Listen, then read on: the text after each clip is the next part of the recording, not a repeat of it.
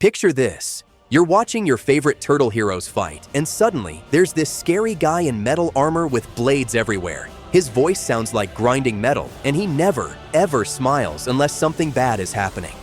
That's Shredder. And today, we're going to discover something shocking. The same dark tricks he uses to control people? You've probably fallen for them without even knowing it. Here's the scary part.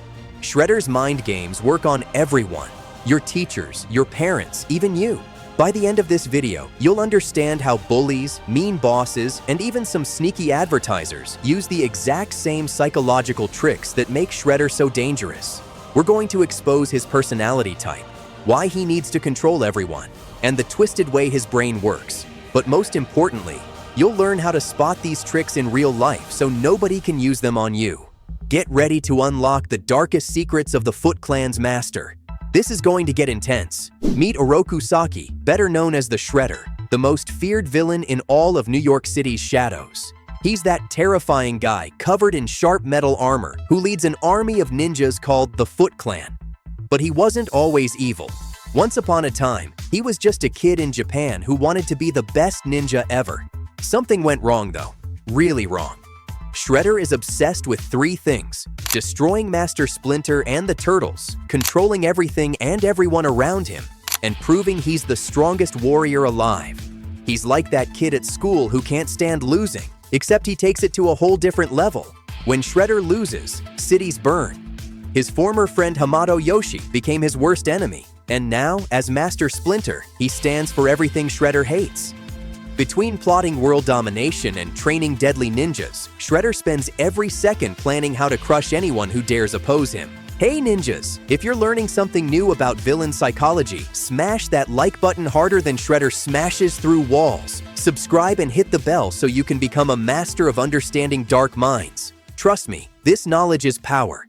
Let's decode Shredder's personality type. He's what psychologists call an ENTJ, which stands for the Commander. These people make up only about 2% of everyone on Earth, and they're the ones who always end up being bosses, leaders, or in Shredder's case, evil overlords. ENTJs have brains like supercomputers that never stop planning. While you're thinking about lunch, an ENTJ is thinking about what they'll eat for the next month and how to get it cheaper. Shredder takes this to the extreme. He doesn't just plan battles, he plans what his enemies will do, what they'll do after that, and how he'll crush them at every step. Here's the thing about ENTJs. They see emotions as weakness. When the Turtles joke around during fights, Shredder gets angrier because to him, fighting is serious business. He can't understand why anyone would waste time having fun when they could be gaining power. Remember when he told his minions that failure means death? That's because fear makes people work harder. They're not trying to be mean. They honestly think being scary is the best way to lead. ENTJs also hate incompetence more than anything. When Bebop and Rocksteady mess up, Shredder doesn't just get mad. He gets personally offended that such idiots exist in his organization. It's like when the smartest kid in class has to work with someone who doesn't care about grades. Except Shredder's reaction involves throwing sharp objects. Now here's where things get really dark. Psychologists talk about three personality traits that make someone dangerous. They call it the dark triad. Shredder has all three, turned up to maximum levels. First is narcissism, which means thinking you're the greatest person ever. Shredder doesn't just think he's great, he believes he deserves to rule the world because everyone else is beneath him. He built that massive throne in his lair, not because he needs a chair, but because sitting higher than everyone else makes him feel powerful. Second is Machiavellianism, a fancy word that means using any trick or lie to get what you want. Shredder pretends to care about honor when it helps him, then fights dirty when nobody's looking. He'll promise his soldiers rewards, then threaten them instead. He manipulates everyone like puppets on strings. Third is psychopathy, which means not caring if you hurt others. When Shredder destroys buildings or hurts innocent people, he doesn't feel bad at all. To him, people are just obstacles or tools. It's like how you might step on ants without thinking, except Shredder sees other humans that way. Here's the part that should scare you. These dark psychology tricks work on everyone, including you. Don't believe me? Let me prove it. Ever had someone make you feel stupid for not knowing something, then you tried extra hard to impress them? That's Shredder's first trick, making people feel small so they'll do anything to feel big again. Bullies use this at school. Mean coaches use it in sports. Even some parents do it without realizing. Remember the last time someone gave you the silent treatment until you did what they wanted? That's emotional manipulation, straight from Shredder's playbook. Or when someone scared you into doing something by saying terrible things would happen if you didn't. That's Fear Tactics 101. Here's a real example. Ever seen those ads that say only smart people can solve this puzzle or 90% of people fail this test? They're using Shredder psychology. They make you feel challenged and inferior, so you'll click to prove you're special. Video games do it too with impossible levels that make you play for hours trying to beat them. The reason these tricks work is because our brains have ancient programming. When someone acts super confident like Shredder, our cave person brains think, this person must be the leader. When someone makes us feel afraid, we automatically want to make them happy, so the scary feelings stop. Shredder knows this and uses it like a weapon. Shredder's entire life revolves around power, but not the fun kind like superpowers. The dark kind that comes from controlling others. Let's understand how his twisted mind works. For Shredder, every relationship is about who's on top and who's on the bottom. There's no such thing as equals in his world. You're either his servant or his enemy. When he meets someone new, his first thought isn't, could we be friends? It's, how can I use this person? He creates what psychologists call artificial scarcity, making people fight over his approval. He'll praise one ninja to make the others jealous, then they all work harder trying to be his favorite. Schools sometimes do this with Student of the Month awards. Companies do it with Employee of the Year. It makes everyone compete instead of cooperate. Shredder also uses something called intermittent reinforcement. Sometimes he rewards his followers, sometimes he punishes them, and they never know which is coming. This actually makes people more loyal because their brains get addicted to wondering, will today be a good day or bad day? It's the same psychology that makes slot machines addictive. Carl Jung would say Shredder represents two dark story patterns that exist in all cultures. First, he's the shadow, literally the dark version of a hero. While Master Splinter teaches with patience, Shredder teaches through fear. While the turtles protect the innocent, Shredder uses them. He's like looking in a mirror that shows what heroes could become if they chose evil. Every choice Splinter makes from love, Shredder makes from hate. Second, he's the Tyrant King, the ruler who's lost his way. Real kings protect their people. Tyrants protect only their power. Shredder rules the Foot Clan not to make them strong, but to make himself stronger. He's like those fairy tale kings who become dragons, hoarding power instead of sharing it. The really dark part? Jung said we all have these shadows inside us. When you get super mad and want to hurt someone who hurt you, that's your inner Shredder whispering.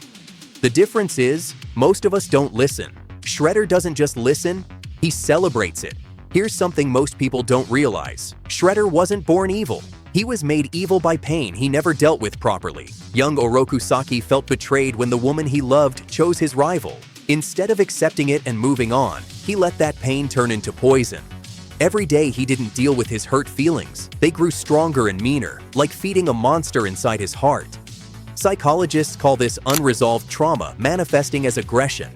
It's like when someone's mean to you, so you're mean to your little sister, who then breaks her toys. The pain travels and grows. Shredder's pain traveled for years until it became a desire to destroy everything connected to his original hurt. This is why he can't let go of his hatred for Splinter. Every time he sees those turtles, his brain remembers that first rejection, that first loss, and it hurts all over again. But instead of crying or talking about it, he turns it into rage. He's basically having the world's longest, most violent temper tantrum. In Dungeons & Dragons terms, Shredder is lawful evil, the most dangerous kind of villain. The evil part is obvious. He hurts people, destroys things, and wants to conquer the world. But the lawful part makes him extra scary. He has rules, codes, and systems for his evil. He doesn't just randomly hurt people. He has organized plans for exactly how and when to hurt them. Lawful evil villains are scarier than chaotic evil ones because they're predictable in their unpredictability. They'll follow their evil rules perfectly, which means you can never make deals with them. If Shredder promises to destroy you, he will destroy you. He takes pride in keeping his evil promises. This alignment also means he genuinely believes he's right. In his twisted mind, the strong should rule the weak. Honor means crushing your enemies completely. He's not breaking his code when he does evil things. He's following it perfectly.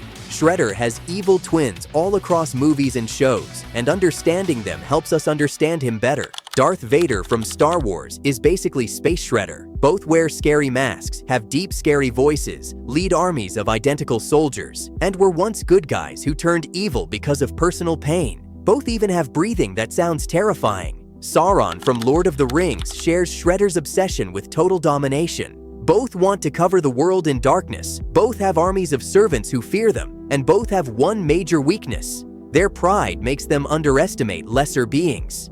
Even Scar from Lion King uses Shredder tactics. He manipulates others into doing his dirty work, uses fear to control, and believes he deserves power just because he's smarter than everyone else. These villains all teach us the same lesson. The desire for control and power, when taken too far, destroys everything it touches, including the person seeking it. So now you know the dark truth about Shredder's psychology, and more importantly, you know these tricks exist in the real world. When someone tries to control you through fear, you'll recognize it. When someone makes you feel small to make themselves feel big, you'll see through it. When someone uses your emotions against you, you'll know what's happening. Remember, knowing these dark psychology tricks doesn't mean you should use them. It means you can protect yourself and others from them. Be like the turtles. Use your knowledge for good, not evil. If this opened your eyes to the dark psychology around us, destroy that subscribe button and ring that bell. Drop a comment telling us which villain's mind you want us to explore next. Should we dive into the Joker's chaos? Reveal Thanos' twisted logic? You decide. Stay strong, stay smart, and remember, Heroes in a Half Shell taught us that the best way to beat darkness is to stick together. Cowabunga, everyone!